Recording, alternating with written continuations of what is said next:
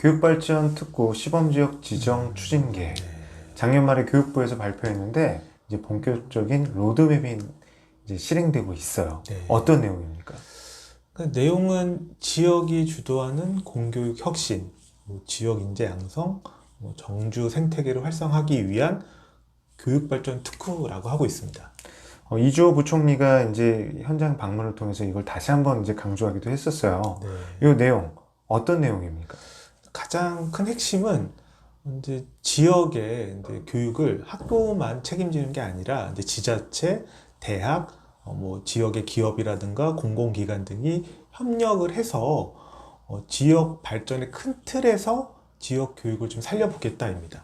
그 저희가 학교가 갖고 있는 교육이 갖고 있는 힘이 있거든요.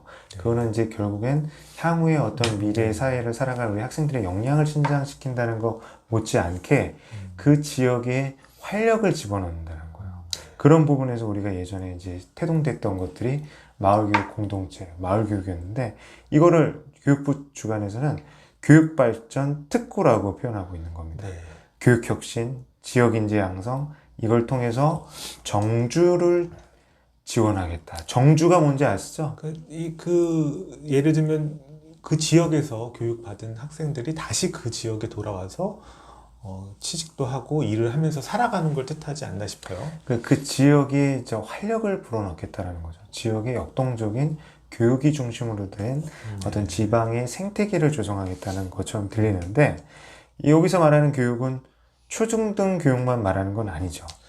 그러니까 이 교육발전 특구의 이제 공교육 혁신이거든요. 하지만 이제 요즘에 대학의 글로컬 대학이라든가 여러 가지 또 교육부 사업들을 보면 지역 대학 경쟁력 제고를 위해서 라이즈 프로그램을 운영을 하고 있거든요. 그래서 너무 우리 구체적으로 말씀해 주셨는데 네. 유아 초등중 대학 교육까지 네. 포괄하는 개념의 공교육을 이제 의미하는 네. 거고 결국엔 지역의 주민들, 지역의 우수한 인재들이 지역에서 교육받고 지역에서 살아갈 수 있는 어떤 일자리를 마련하고 그리고 그 속에서 누릴 수 있는 지역의 어떤 환경들을 개선하겠다. 그러니까 선순환 생태계를 조성하겠다라는 게 목적인 겁니다. 요거에 대해서 이제 굉장히 의미는 깊을 것 같은데, 최근에 각 시도교육청에서 이 교육발전특구 시범지역에 대한 계획을 수립하고 있다라고 생각을 이제 들었어요. 네. 얘기를. 자, 유형이 있다면서요? 그 1유형 같은 경우는 기초지자체 장관 교육감이 주도하는 거고요. 2유형과 3유형은 광역지자체장과 교육감이 함께 이제 추진을 합니다.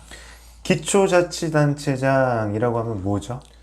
그러니까 아마 이제 가장 기초가 되는 아마 동이나 구단위 이런 군단위가 아닐까라는 생각이 듭니다. 그리고 광역지자체장 같은 경우는 시도를 뜻하겠죠. 그 시장님이나 도지사 네. 이렇게 뜻하는 거죠. 그렇게 되어 보면 참 여기서 말하는 어떤 교육발전 특구는 작게 보면 군단위 기초단체고 네. 조금 크게 보자면 광역지자체까지 이 범위가 좀 차이가 있다고 생각되는데 굉장히 궁금해요. 작년 12월에 이게 발표되고 지금 공모나 구체적인 사업이 실행되고 있나요? 네, 지금 진행이 되고 있고요. 지정이 됐습니다. 그래서 아마 이제 우리 인천 같은 경우는 강화 지역이 이제 지정이 됐고 또 전라도라든가 그 지방 자체를 또 이렇게 시도 단위에서 지정이 돼서 운영하는 지역도 있는 걸로 알고 있습니다. 인천 같은 경우는 인천 강화군이 지정됐다라는 거네요. 네. 강화군 하면 우리가 인천에 있어서도 사실은 강화도라는 섬에 이제 위치하고 있고 그 교육적 특색과 역사가 깊은 곳이에요. 근데 반면에 학생 수는 이제 총 학생 수가 도심에 비해서는 이제 많이 다소 적은 편이거든요. 소규모 학교들이 많다는 거예요. 그러니까 우리가 이거를 좀 더 주도 면밀하게 살펴볼 필요가 있는데 결국 이 교육발전 특구를 추진하게 된 추진 배경 한번 정리를 해볼까요? 그러니까 우선은 이제 가장 핵심은 지역을 살리자는 거예요. 그러니까 저희가 이제 지역적인 격차가 벌어지고 학생 수가 이제 이탈하고 감소하는 문제점들이 있고 또 교육에 문제가 생기니까 지역 자체가 황폐화되는데 지역의 특색을 살려서 지역이 합심해서 이 교육으로 좀 더 이 지역을 살려보자라는 취지입니다. 그러니까 결국에는 이제 우리가 이제 대통령이 말씀하신 것처럼 저출산 문제에서부터 시작을 한다라는 거예요. 살기 좋은 교육이 중심이 되고 살기 좋은 지역을 만들면 그 지역은 지속 가능한 발전을 할 수 있다는 거 보는 거죠. 그래서 교육 발전 특구의 주요 내용을 보겠습니다. 아까 대 선생님 말씀하시는 것처럼 지역 내 공교육을 강화하겠다. 어떤 내용이죠? 네, 그래서 공교육에 이제 혁신을 하겠다. 그래서 이제 이런 지자체와 협력을 해서 학교 혹은 지역의 여건에 맞는 자율적 이 공교육 향상 방안을 마련을 해서 행재정적인 지원을 해주겠다라고 합니다. 인재 양성의 기반을 구축하겠다라는 거죠. 그 다음에 지역 대학의 경쟁력을 제고하겠다. 아까 대 선생님 라이즈 얘기 말씀해 주셨는데 그게 뭐예요? 그러니까 지역 대학에 이제 여러 연구소라든가 이제 다양한 기업들과 연계를 해서 지역 특화된 대학 활성화 대책입니다. 결국은 대학의 활성화는 곧 취업과 창업으로 연결돼야 된다고 보는 거죠. 자, 그 다음 지역 경제를 활성화하겠다. 기회 발전 특구 이게 뭡니까? 그러니까 이 지역 내에 좋은 일자리를 만들 수 있도록 근데 여러 가지 규제도 좀 더 줄이고 그리고 여러 가지 지역에 이런 회사, 이 기업도 유치를 하고 또 연계도 좀 더 강화하겠다라는 겁니다. 특장점을 갖고 지역의 특장점에 맞는 좋은 일자리를 만들겠다. 좋습니다. 지방 활성화 기반을 구축하겠다. 도심 융합 특구 말하고 있거든요. 이게 무슨 뜻이에요? 근데 지금 지방에 이제 구심점을 역할하는 도심이라든가도 연계도 하고 요새 도농 교류도 많이 활성화하잖아요. 그래서 이런 교류도 좀 더 늘리겠다라는 사업입니다. 거점, 지역 내 거점을 좀 강화하겠다라는 거예요. 최근에 우리 MZ세대뿐만 아니라 최근에 세태에는 지방도 마찬가지예요. 어떤 인구가 감소하고 그리고 이제 지역 간의 격차가 있다 보니까 지역 내에서도 양질의 어떤 의료, 문화, 교육, 사회 서비스가 있는 곳으로 인구가 집중하고 있거든요. 그 특구들을 좀 더 지원하고 복합적으로 개발할 수 있도록 지원하겠다라는 거죠. 자, 그 다음에 지방 문화 생태계를 조성하겠다. 대한민국 문화 특구를 만들겠다. 이렇게 밝히고 있어요. 이건 뭐죠? 그 지역에도 근데 뭐 전통 축제부터 지역의 여러 가지 전통 문화들이 다 존재를 하거든요. 그러면 그거를 이제 공교육이랑 또 지역의 여러 유관기관들과 협력을 해서 특성화 시키겠다입니다. 그러면 저희가 이렇게 이제 거시적으로 살펴봤는데 교육에 좀 포커스를 맞췄으면 좋겠어요. 네. 그러니까 아까 교육발전 특구를 선순환 체계를 만들겠다라고 했거든요. 그럼 우리 한번 학교급으로 살펴볼게요. 유아 돌봄, 초중고, 대학. 네. 어떻게 추진하겠다는 겁니까? 그러니까 유아 돌봄 같은 경우는 아이 키우기 좋은 이런 환경을 조성을 해서 근데 특히나 돌봄을 국가 역할을 좀 더 강화를 해서 출산율을 상승시키겠다. 그리고 초중고에서는 근데 이런 좋은 학교를 많이 육성을 해서 특히나 뭐 경쟁력도 제고를 하고 디지털 기반 수업도 혁신을 해서 학업성 지도를 향상시키고 사교육비를 감소하겠다. 또 대학에서는 지역 인재 유치를 막고 지역과 연계된 고등학교, 대학에 연계된 여러 가지 교육 활동들 그리고 지역 인재 전형 비율을 좀 더 확대하겠다라고 합니다. 그러니까 이 교육 발전 특구 같은 경우는 교육과 지역 사회가 함께 가야 된다라는 부분에서 굉장히 의미 있는 진전일 것 같아요. 근데 이제 저희가 기존에 각 시도교육청에서도 교육 발전 불균형을 해소하기 위해서 원도심에 대한 교육력을 높여야 된다. 그리고 학생들이 어떤 취약 지역에 있는 학생들을 위한 지원 체계, 그리고 학교를 지역의 중심으로 만들고자 하는 마을교육 공동체 사업, 이런 사업들과 있었거든요.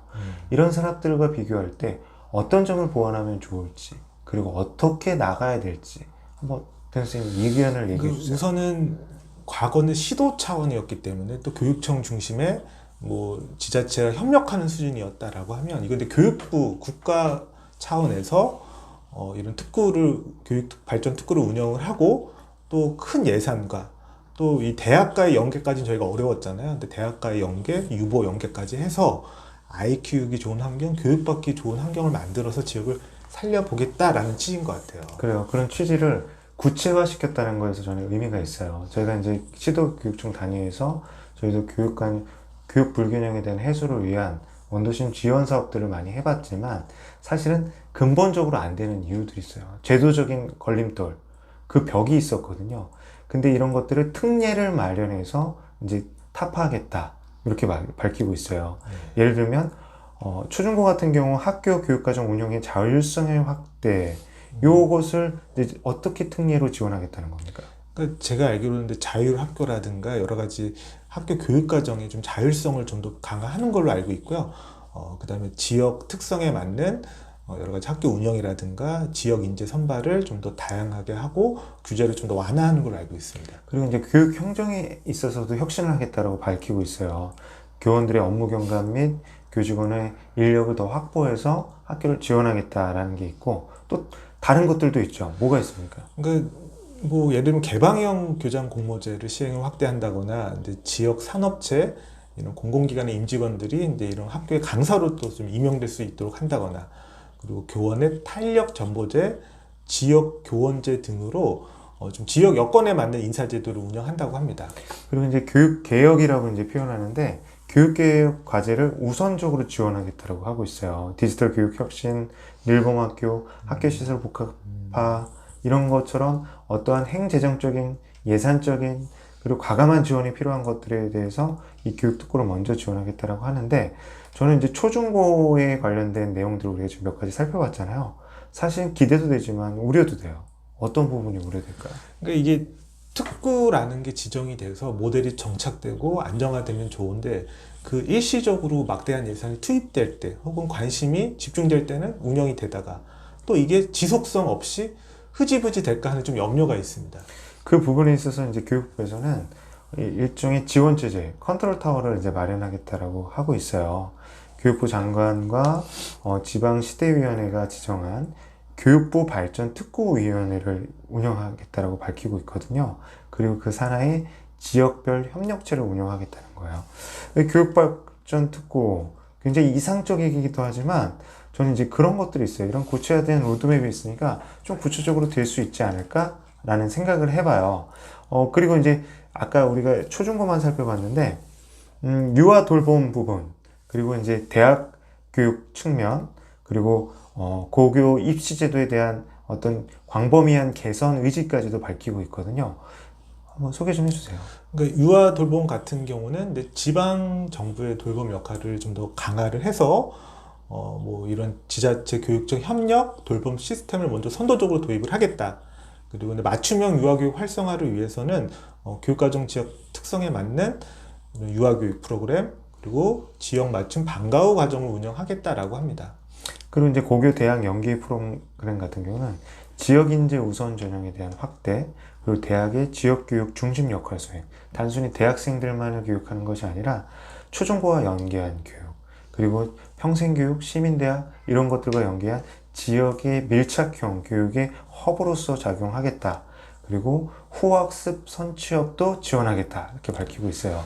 그러면 이제 이 부분과 넘어가서 정말 이것들이 대학에서의 지역 지원으로 이루어질 것인가, 이어질 것인가, 어떻게 생각하세요? 대학 같은 경우도 사실 위기거든요. 그래서 근데 그거에 이 해결 방안으로 글로컬 교육, 글로컬 대학을 좀 육성하는 걸로 알고 있습니다. 그래서 지역 산업과 전략적으로 연계를 하고, 그다음에 일자리 지원 사업, 그다음에 지역청, 지자체, 대학, 지역 산업과 연계를 좀 더 강화하겠다. 그리고 특히나 이 자율성을 많이 부여하면서 지자체 책임과 권한을 좀 더 줬거든요. 그래서 지자체 이런 투자나 행정적 지원을 강화하겠다. 그다음에 학교 교육청 연계 이런 장학 제도를 좀 운영하겠다라고 합니다. 이러한 이제 시범 지역 같은 경우 이제 3년을 이제 운영한다라고 해요. 그리고 잘 성과가 있다라면 어떤 다른 지역으로도 확산이 있을 텐데, 저희가 이제 교육발전 특구, 교육개혁 측면으로 이제 돌아와서 여기서 핵심 과제, 교육개혁 과제로 제시하고 있는 것들이 있거든요. 밀봉학교, 네. 자율형 공립고, 디지털 교육 혁신, 네. 지역 혁신, 대학 지원, 학교 복합시설, 해외 인재 양성, 교육 국제화 특구, 협약형 특성화 고등학교. 이게 아까 원래 사업 취지와 맞을까요? 잘 이루어질 수 있을까요?